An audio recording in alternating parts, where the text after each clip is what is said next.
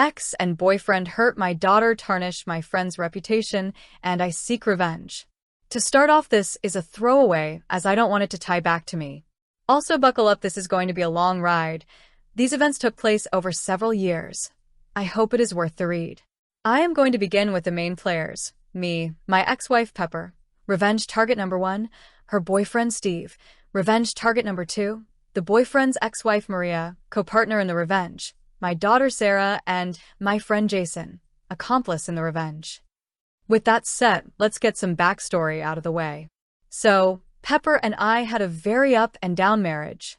It was one of those that I was madly in love with her, but looking back, I think she was in it more for the money and convenience.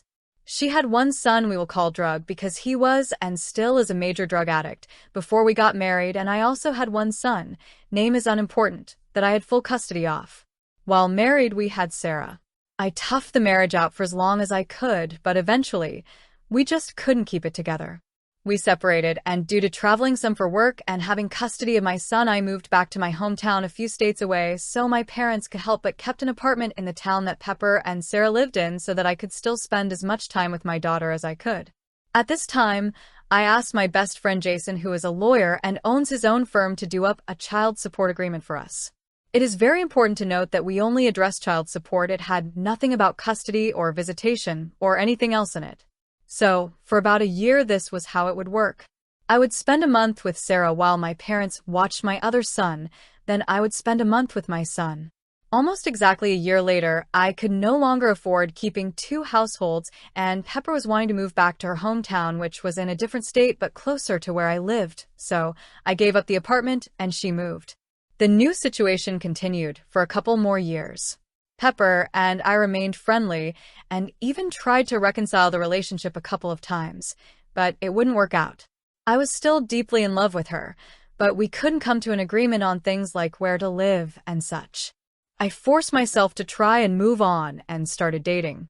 She had been dating basically from the day after I moved out. Even though I still loved her, our relationship moved more into good friends than husband and wife. So, she finally meets Steve. I never was told much about Steve other than he was a certified ethical hacker, and that is what he did for employment, important later. While they were dating, she would send me texts about their dates. She even texted me the day they first had sex together. This hurt deeply, and looking back, I think this is what she wanted, but I tried to play the part of good friend and confidant. Steve and Pepper had been dating for 6 months, when out of the blue she tells me they broke up, and she realized that she is madly in love with me.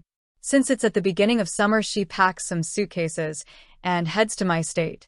They were going to spend the summer with me and see if they like it or not. We had an amazing summer.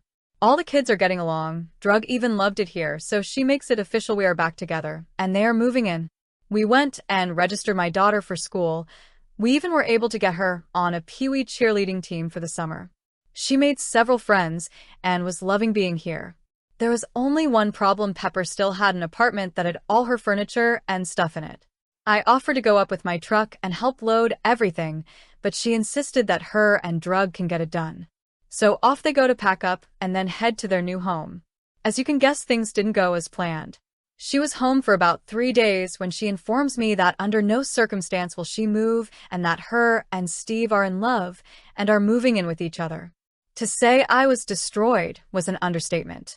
I couldn't understand why she had done it.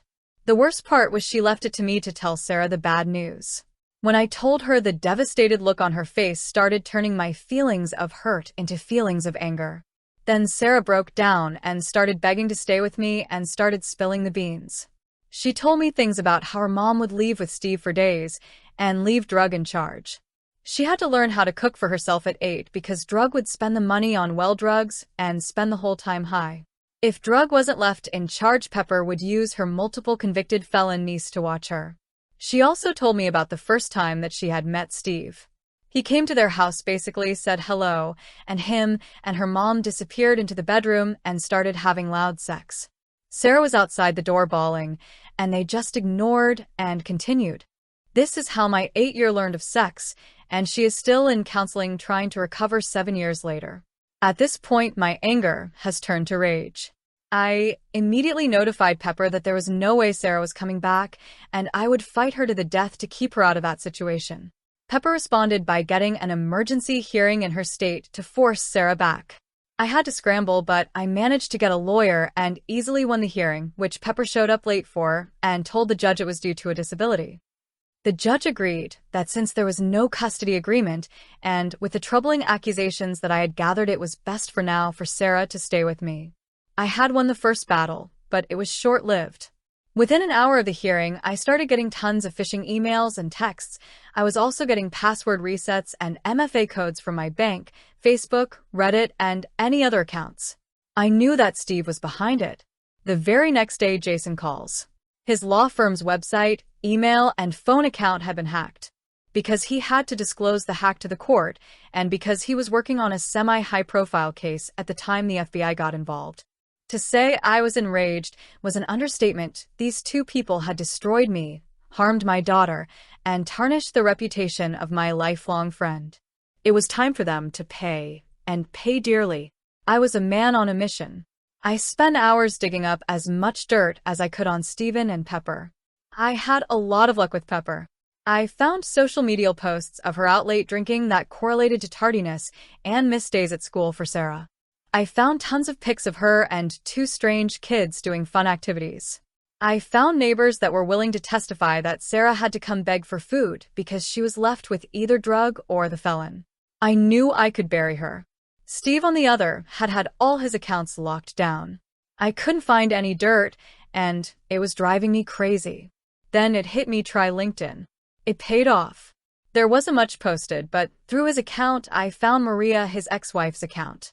I reached out to her, and she happily accepted.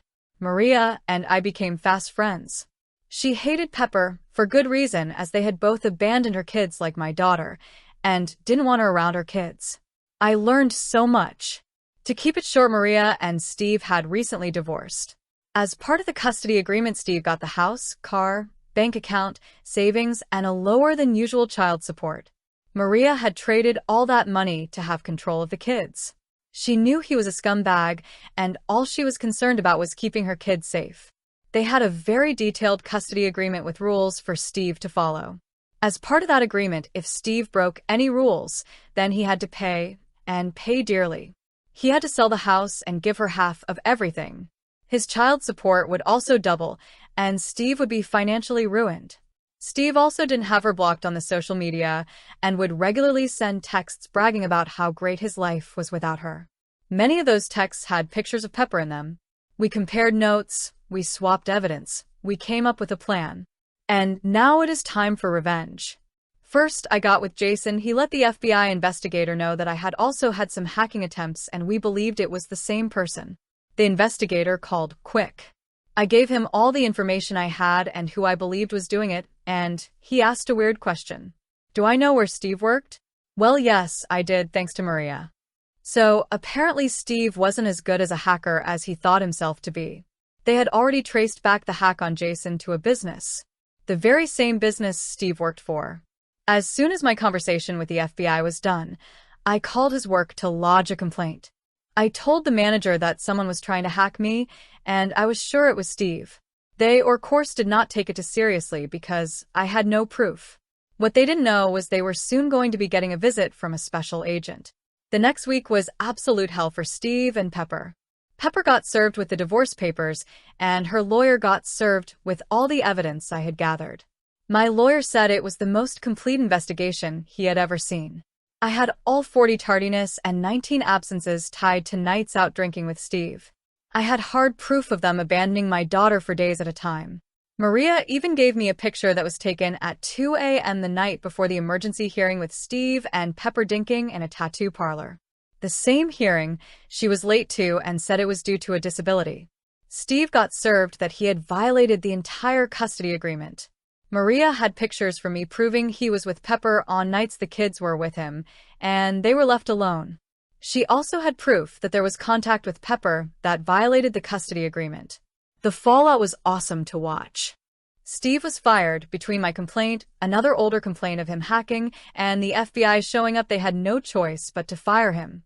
He did avoid any legal issues as the FBI could never tie it directly to him. The word spread of why he was fired, and no one would hire him in an IT job again. He had to sell the house, liquidate all the investments and bank accounts, and give half to Maria. His child support got to stay the same, since he no longer had a source of income. Last I heard, he was working at a grocery store.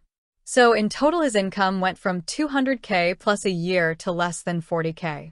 As for Pepper, the divorce was swift and painful for her. The judge ruled in my favor for all counts. I got sole custody and sole decision-making. She was forced to go to counseling, and her and Drug can only visit Sarah with a third-party supervisor paid for by Pepper.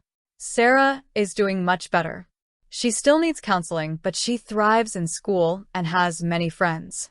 She very rarely sees her mom, but she is much better off without her. If you enjoyed this story, like and follow for more.